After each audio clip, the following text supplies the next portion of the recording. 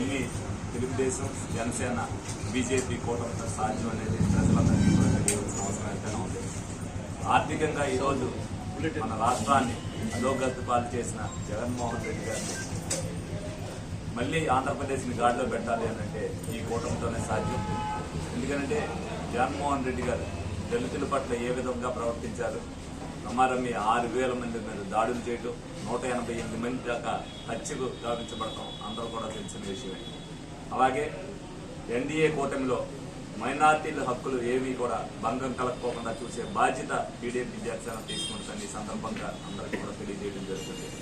అలాగే యువత భవిష్యత్తు కోసం ఈ 3 కూడా 20 అంశాలతో ఒక ప్రణాళిక సిద్ధం చేసింది.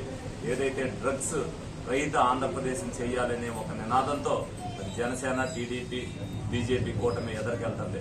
ఈ రోజున గంజాయి కానీ, మాదక ద్రవ్యాలు కానీ ఆంధ్రప్రదేశ్లో ఏ విధంగా ఉన్నాయనేది మనం అందరం కూడా చూస్తున్నాం. రేపు రానున్న భవిష్యత్తులో మన అందరం కూడా ఒక జనరేషన్ ఏదైతే అయ్యిందని అనుకుంటున్నారో ప్రజలందరూ కూడా తప్పనిసరిగా దాన్ని బాధ్యతాయుతంగా చేయవలసిన బాధ్యతని మేమందరం కూడా తీసుకుంటామని సందర్భంగా తెలియజేయడం జరుగుతుంది. అలాగే ఏదైతే ఇప్పుడు సంక్షేమం అని ప్రజల దగ్గర నుంచి అయితే దోపిడీ చేస్తున్నారో, సంక్షేమం ప్రజల మీద భారం పడుకోకుండా ఆ సంక్షేమాన్ని అమలు చేసే బాధ్యత ఈ ఎన్డీఏ కూటమి తీసుకుంటుందని సందర్భంగా తెలియజేయడం జరుగుతుంది. ప్రతి ఒక్కరు కూడా ప్రజలందరూ కూడా ఎన్డీఏ కూటమి పట్ల విధేయతతో ఉన్నారు.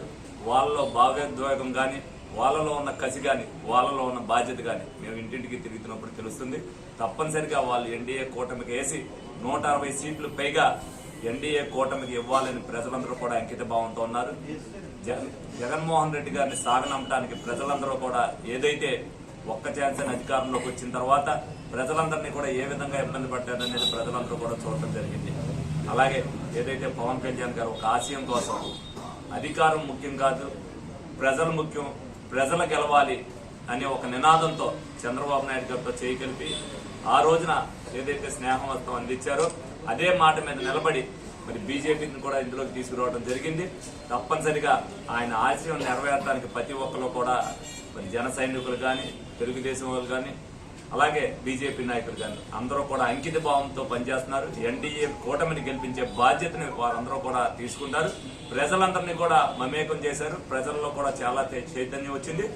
ప్రజాగలంతో కానీ, అలాగే ఏదైతే జైఓబీసీతో కానీ ప్రజల్లోకి వెళ్తున్నప్పుడు వాళ్ళందరి స్పందన కూడా ఏ విధంగా ఉందనేది ప్రజలందరూ కూడా గమనిస్తున్నారు. రాబోయే రోజుల్లో ప్రజా విప్లవం అనేది వస్తుంది. తప్పనిసరిగా ఈ కూటమి విజయకేతనం ఎగరేస్తే జగన్మోహన్ రెడ్డి గారు ఇంటికి వెళ్తాం తప్పదని సందర్భంగా తెలియజేయడం జరుగుతుంది. మరి వాళ్ళ శనివారంపేట శాతవాహన నగర్లో తిరగడం జరుగుతుంది. ప్రతి ఇంటికి కూడా మరి ఈ రోజున అపార్ట్మెంట్లు తిరగడం జరుగుతుంది. ప్రజలందరూ కూడా ఏదైతే ఈ జగన్మోహన్ రెడ్డి గారిని సాగనంపాలన్నారో వాళ్ళ భావాల్లో వ్యక్తం చేస్తున్నారు. వాళ్ళ భావోద్వేగం కానీ, వాళ్ళ బాధ్యత కానీ, వాళ్ళలో ఉన్న కసి కానీ తప్పనిసరిగా జనసేన, తెలుగుదేశం, బీజేపీ కూటమిని గెలిపించాల్సిన బాధ్యతను వాళ్ళే వివరిస్తున్నారు. ఎందుకనంటే ఈ పార్టీ అధికారంలోకి వచ్చిన తర్వాత ఏ విధంగా వ్యవస్థలన్నీ నిర్వీర్యం చేసిందనేది ప్రజలందరూ కూడా గమనించారు. యువత భవిష్యత్తు అంధకారంలోకి వెళ్ళిపోయే పరిస్థితి వచ్చింది. డ్రగ్స్ కానీ, అలాగే మాదక ద్రవ్యాలు కానీ ఏ విధంగా పెరిగినాయి అనేది వాళ్ళందరూ కూడా చెప్పడం జరుగుతుంది. అలాగే ప్రతి ఒక్కరి మీద, మైనారిటీల మీద కానీ, ఎస్సీల మీద కానీ, బీసీల మీద ఏ విధంగా దాడులు జరుగుతున్నాయి, ఏ విధంగా హత్యగా పడుతున్నారని ప్రతి ఒక్కరు కూడా చెప్పడం జరుగుతుంది. ప్రతి ఒక్కరు కూడా బాధ్యతతో ఓటు వేయాలని మేము చెప్పినప్పుడు మేము ఎందుకు ఓటింగ్లో పాల్గొనాలి, మేము తప్పనిసరిగా ఓటింగ్కి వస్తామని చెప్పి ప్రతి ఒక్కరు చెప్తున్నారు. అంటే తప్పనిసరిగా ఈ దెబ్బ ఓటింగ్ శాతం పెరుగుతుంది, వాళ్ళలో బాధ్యత పెరిగింది. ప్రతి ఒక్కరు కూడా ఏదైతే బాధ్యత గల ప్రభుత్వం ఉండాలనుకుంటున్నారో వాళ్ళందరూ కూడా ఎన్డీఏ కూటమి ఆ బాధ్యతగా ప్రవర్తిస్తుంది. రేపు రానున్న రోజుల్లో ఆంధ్రప్రదేశ్ భవిష్యత్తు కానీ, అలాగే అభివృద్ధి కానీ ఈ కూటమితోనే సాధ్యం అనేది వాళ్ళందరూ కూడా తెలియజేయడం జరుగుతుంది. పవన్ కళ్యాణ్ గారు ఆశయం కోసం ఏదైతే చంద్రబాబు నాయుడు గారితో చేయగలిపారో తప్పనిసరిగా ఆ ఆశయం నెరవేర్చడం కోసం జనసేన, బీజేపీ, టీడీపీ 3 నాయకులు, కార్యకర్తలు అందరూ కూడా అంకిత భావంతో పనిచేసి ఒక విజయకేతనం ఎగరవేసి ఈ జగన్మోహన్ రెడ్డి గారి ప్రభుత్వాన్ని ఇంటికి సాగనంపడానికి ప్రతి ఒక్కరు కూడా కృతజ్ఞతతో పనిచేయాలని మీ అందరినీ కూడా కోరుకోవడం జరిగింది. మన ఏలూరులో అత్యాధునిక వైద్య సదుపాయాలతో అతిపెద్ద hospital Ashram hospital.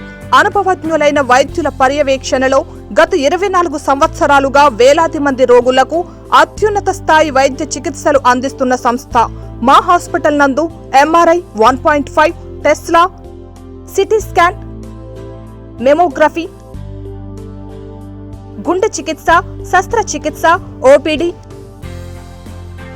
Operation theatre, blood bank, central laboratory, physiotherapy, AC ప్రసూతి సంరక్షణ గదులు కలవు.